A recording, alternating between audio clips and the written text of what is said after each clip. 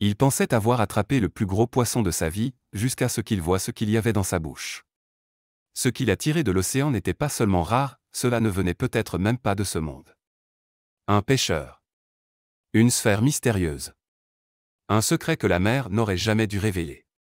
Vous ne croirez pas ce qui se passe ensuite. La mer était calme ce matin-là, le soleil se levant en une douce teinte orangée au-dessus du Pacifique. Ryan avait mis son bateau à l'eau juste avant l'aube, en quête de la solitude des eaux profondes. C'était un pêcheur chevronné, habitué au rythme des marées et à la force du courant. Ce matin semblait ordinaire, jusqu'à ce qu'il ne le soit plus. Il lança sa ligne comme toujours, appâta et attendit patiemment les poissons de fond. Le bateau tanguait doucement sous lui pendant qu'il attendait. Les heures passèrent sans grand mouvement. Au moment où il attrapait son thermos, le moulinet se mit à tirer violemment dans sa main. Quelque chose de massif avait mordu à l'hameçon. Ryan se prépara et commença à lutter. Ce qui était au bout de la ligne était fort, plus fort que tout ce qu'il avait attrapé ces derniers mois. Cela tirait puissamment, nageant bas et profondément. Ses épaules brûlaient tandis qu'il luttait avec la canne, serrant et moulinant lentement, avec régularité, jusqu'à ce qu'il aperçoive enfin la chose percer la surface. C'était un mérou, énorme, pesant facilement plus de 110 kilos. La mâchoire de Ryan se décrocha lorsqu'il traîna la créature jusqu'au bord du bateau. Il pensait déjà au poids, à la phototrophée, à la fierté, jusqu'à ce qu'il voie quelque chose qui le glaça. La bouche du mérou n'était pas complètement fermée. Quelque chose dépassait de ses mâchoires, un objet étrange, grand, rond et brillant au soleil. D'abord, Ryan pensa qu'il s'agissait d'une hélice ou de filet de pêche emmêlé. Mais non, c'était parfaitement sphérique, comme une orbe en acier coincée à l'intérieur. Prudemment, il tira le poisson à bord, peinant sous son poids. Le mérou se débattit une fois, puis devint immobile, épuisé. Ryan tomba à genoux à côté de lui et écarta doucement ses mâchoires. L'objet tomba lourdement sur le pont, roulant légèrement avant de s'arrêter à ses pieds. C'était une boule de métal de la taille d'un pamplemousse lisse, parfaitement ronde et étrangement lourde. Sa surface portait des rayures et de petites bosses, mais aucun marquage, aucun logo, aucun texte et rien qui permette de savoir ce que c'était ni d'où cela venait.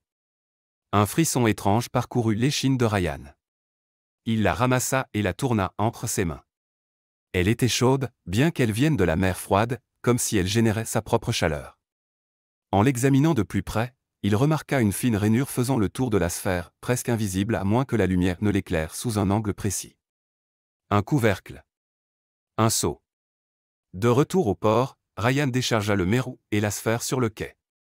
D'autres pêcheurs se rassemblèrent autour, admirant la prise et spéculant sur l'objet. Certains disaient qu'il avait un aspect militaire. D'autres plaisantaient en disant que c'était extraterrestre. Quelques-uns restaient silencieux, figés dans l'observation. Ryan ne savait que penser. Il rentra chez lui et nettoya d'abord le poisson, par habitude plus que par nécessité. Dans l'estomac du mérou, il trouva des algues, des fragments de carapace de crabe et quelques arêtes de petits poissons. Rien d'autre. Incapable de dormir cette nuit-là, Ryan plaça la sphère sur son établi et alluma sa lampe de bureau. Il ne pouvait détourner le regard. Il la tapa doucement avec une clé. Le métal résonna, clair et aigu, comme un diapason. Ce n'était pas un son qu'il avait déjà entendu venant de l'acier. Poussé par la curiosité, il contacta une chercheuse en biologie marine locale, la docteure Elise Tanaka. Elle vint le lendemain matin, intriguée mais sceptique. Dès qu'elle prit l'orbe en main, son attitude changea. « Ce n'est pas industriel », murmura-t-elle. « Du moins rien que j'ai déjà vu. Cela pourrait être sur mesure, ou ancien. » Elle passa un scanner dessus. Aucun circuit électronique. Aucun signal. Juste un métal dense, stratifié, sans équivalent dans sa base de données. Mais lorsqu'elle passa le doigt le long de la rainure, un déclic se fit entendre. Un léger sifflement s'échappa de la sphère qui s'ouvrit lentement en deux, comme une coquille. À l'intérieur se trouvait un creux tapissé de velours contenant un disque transparent et fin. Il scintillait faiblement, comme une nappe d'huile sur de l'eau. Élise le souleva avec précaution. Des motifs géométriques étaient gravés à sa surface, des cercles dans des cercles, des lignes qui s'entrecroisaient, presque comme une carte. « Ce n'est pas pour la navigation, murmura-t-elle. C'est informationnel. » La nouvelle se répandit rapidement. Bientôt, la maison de Ryan fut envahie de visiteurs, chercheurs, journalistes, et même des représentants du gouvernement, posant des questions polies mais insistantes. Élise resta sur place, déterminée à analyser le disque. Elle était convaincue qu'il s'agissait d'une sorte d'archive de données, mais la façon de le lire restait un mystère. Pendant ce temps, Ryan ressentait un malaise croissant. Le poisson n'avait pas avalé la sphère, il la transportait, ou peut-être même la livrait. L'idée semblait absurde, mais chaque fois qu'il regardait l'objet, cette pensée revenait. Quelque chose voulait qu'on la trouve.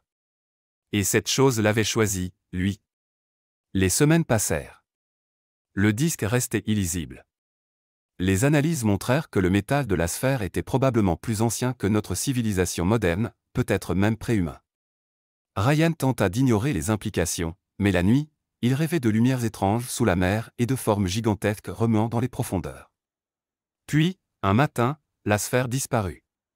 Volatilisée de son atelier pourtant fermé à clé, sans aucune trace d'effraction. Aucune empreinte, sauf une seule empreinte mouillée près de la porte. Nue, de taille humaine, et légèrement palmée. Élise quitta la ville peu de temps après, emportant ses notes de recherche. Elle ne répondit plus aux appels de Ryan. Il continua à pêcher, mais quelque chose en lui avait changé. Il évitait désormais les eaux profondes. Parfois, près du tombant, son détecteur de poissons clignotait étrangement, affichant d'immenses formes sous le bateau, avant de s'éteindre. Il n'essayait jamais d'en savoir plus. Il rentrait simplement chez lui, ligne rangée. Il ne revit jamais la sphère. Mais des années plus tard, en marchant sur la plage, il trouva un autre disque échoué, à moitié enfoui dans le sable. Pas de sphère cette fois, seulement le disque, gravé de motifs différents. Il ne le ramena pas chez lui. Il l'enfouit plus profondément encore, puis s'éloigna sans se retourner. Et pourtant, la mer continue de l'appeler. Il l'entend dans les vagues, la ressent dans la force des marées. Quelle que fût cette sphère, quoi qu'elle représentât, elle l'avait marqué. Et l'océan, vaste, insondable, ancien, n'en avait pas fini avec lui. Au final, ce que Ryan avait trouvé dans la bouche de ce poisson n'était pas simplement un étrange objet métallique. C'était une porte vers des questions bien plus grandes que toutes les réponses possibles. Ce qui avait commencé comme une journée de pêche ordinaire s'était transformé en une suite d'événements défiant la science, la logique et la compréhension. Le disque scintillant, les gravures mystérieuses, la disparition soudaine de la sphère, tout pointait vers quelque chose d'ancien, enfoui profondément dans l'océan, bien plus vieux que notre civilisation moderne, attendant patiemment d'être découvert. Ryan ne fut plus jamais le même. La mer n'était plus un simple lieu de solitude ou de loisir. Elle avait une voix, une présence, un appel silencieux qu'il ne pouvait plus ignorer. Même des années plus tard, lorsque les vagues murmuraient et que les marées changeaient, l'océan revenait vers lui, cette fois avec un autre disque, un nouveau message venu des profondeurs. Nous ne saurons peut-être jamais toute la vérité sur ce qui s'est passé. Mais une chose est certaine, l'océan garde des secrets qui dépassent notre imagination. Et peut-être, juste peut-être, ces secrets ne choisissent pas au hasard. Ils se révèlent quand ils sont prêts à l'être. Ryan était-il l'élu, ou simplement un messager pour un mystère dont le moment n'est pas encore venu? Seul le temps, et la mer, le dira. Mais avant de partir, posez-vous cette question, était-ce vraiment une simple coïncidence que Ryan ait attrapé ce poisson? Ou l'océan essayait-il de nous envoyer un message que nous commençons à peine à comprendre? Quelle que soit la vérité, une chose est sûre, la mer n'oublie jamais. Et ses secrets les plus profonds attendent toujours, tapis sous les vagues. Si cette histoire vous a donné des frissons, dites-le nous en commentaire. N'oubliez pas de vous abonner pour d'autres mystères venus des profondeurs de notre monde, et au-delà. À la prochaine, gardez les yeux ouverts et écoutez la mer.